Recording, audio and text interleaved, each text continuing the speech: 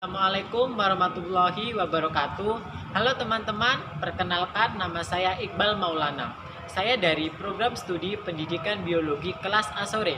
Di video kali ini, saya akan menjelaskan materi terkait ilmu sosial budaya dasar. Materi yang saya akan jelaskan yaitu perubahan sosial. Submateri yang saya akan jelaskan adalah pengertian perubahan sosial dan ciri-ciri perubahan sosial.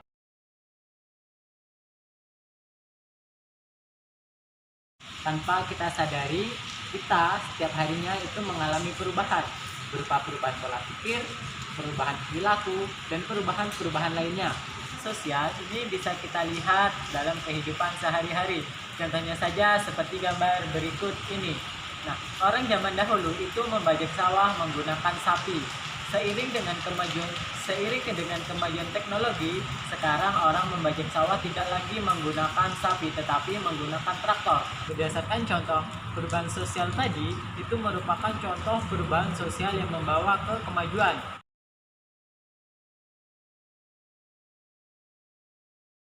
Selanjutnya yaitu pengertian perubahan sosial menurut tokoh-tokoh terkenal. Di sini saya akan mengambil salah satu pengertian perubahan sosial dari tokoh terkenal Indonesia yaitu Selo Sumarjan.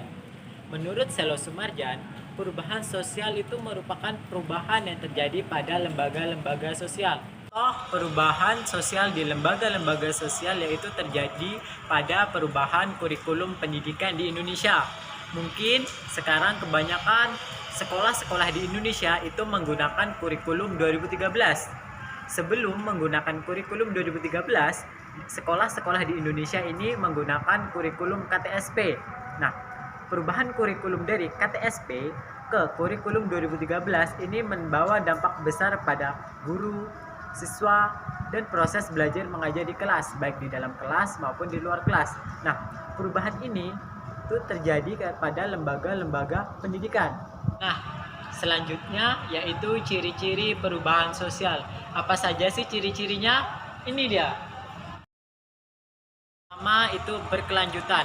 Perubahan sosial bersifat kelanjutan ini merupakan ciri yang paling utama. Maksudnya, dimanapun masyarakat ini akan mengalami perubahan sosial, baik secara cepat maupun secara lambat. Perubahan sosial pada masyarakat ini akan terus terjadi dan terus berkembang.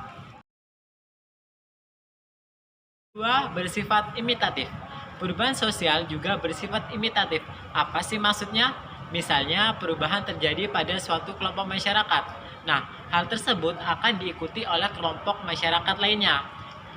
Hal ini terjadi karena masing-masing kelompok akan saling mempengaruhi. Mereka tidak dapat mengisolir diri dari perubahan-perubahan yang ada. Bersifat disorganisasi sementara.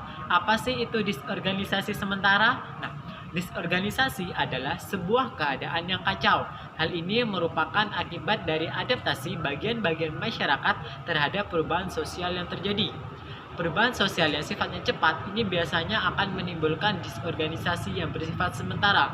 Contohnya saja ini pada disorganisasi politik pasca reformasi yang dialami oleh Indonesia pada tahun 1998.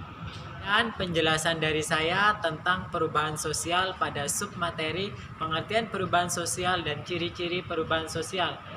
Akhir kata, wassalamualaikum warahmatullahi wabarakatuh. Sampai jumpa di video selanjutnya.